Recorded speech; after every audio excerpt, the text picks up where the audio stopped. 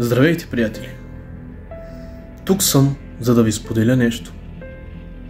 След толкова много труд, след толкова много безсънни нощи, толкова много стремеж към успеха, усилия, работа, аз най-накрая успях, хора.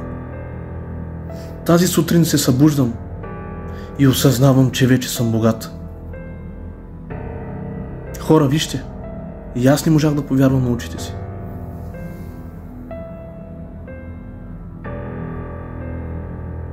Искам да ви кажа, успехът е начин на мислене.